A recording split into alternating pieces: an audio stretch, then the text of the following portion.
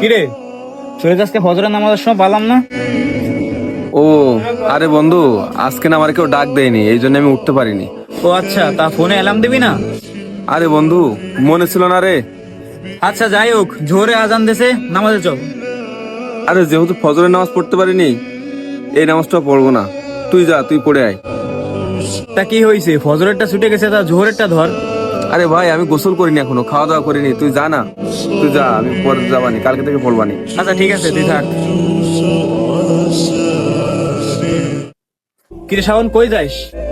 আসলে নামাজের সময় হয়ে গেছে, আয় নামাজটা পড়ে যাই। তোর তো তখন বললাম যে আমার ফজরের নামাজ ছুটে গেছে, এই জন্য আমি জোহরের নামাজ পড়িনি। তাই এখন আসরের নামাজকে আমি পড়বো। আচ্ছা, আজকে তাহলে তুই কি নিয়ত করে ফেলেছিস যে 5 ওয়াক্ত নামাজই বাদ দিবি? আসলে এক একটা নামাজ মিস হয়ে গেছে তো, এই জন্য বাকিগুলো আর পড়তে ইচ্ছা করতেছে না। আমি কালকের থেকে পড়বানি। আচ্ছা ধর, তোর পকেটে 100 টাকা আছে, এখন ওইখান থেকে 10 টাকা হারাই গেছে, তাইলে আর বাকি 90 টাকা হয়তো হারাই ফেলতে চাস? মানে তুই কি বলতে চাস? আমি তোরে বলতে চাচ্ছি, তুই ফজরের নামাজ মিস দিছিস বলে কি বাকি 4 টাকার নামাজও মিস দিবি? তাহলে বিষয়টা এমন হয়ে গেল না, তোর কাছে 100 টাকা আছে, ওখান থেকে 10 টাকা হারাই গেছে, আর বাকি 90 টাকা তুই ছেড়ে দিতে চাচ্ছিস? শোন, তুই 1 ওয়াক্ত নামাজ পড়তে পারিস নাই, বাকি 4 ওয়াক্ত নামাজ পড়তিস, বাকি 4 ওয়াক্ত নামাজের জন্য আল্লাহ তাআলা দেখা গেল তোকে 1 ওয়াক্ত নামাজ মাফ করে দিত। তুই কি চাস, বাকি 1 ওয়াক্ত নামাজের জন্য কি 4 ওয়াক্ত নামাজ মিস করে দিবি? হ্যাঁ, তুই তো ঠিকই বলেছিস। আমি এক একটা নামাজের জন্য 4 ওয়াক্ত নামাজ ছেড়ে দিচ্ছি।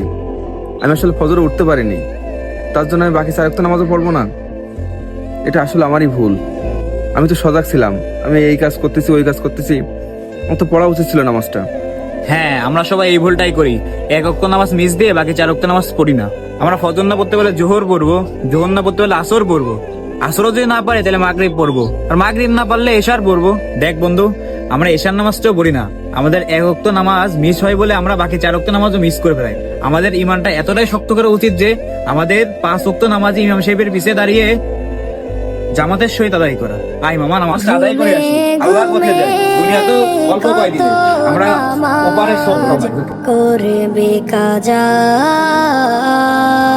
নামাজ শুধু ইবাদত না, এটা আল্লাহর সাথে সাক্ষাৎ। নামাজ মিস করা কোনো অজুহাত না, নামাজ পড়া আমাদের দায়িত্ব। নামাজ পড়লে শরীর ও মন দুইটাই ভালো থাকে। তাই আসুন আমরা সবাই নামাজ পড়ি, আল্লাহর সামনে দাঁড়িয়ে মাথা নত করি, আর কান্না ভেজা কণ্ঠে বলি, হে আল্লাহ, আমাদের গুনাহ মাফ করে দিন। আমিন।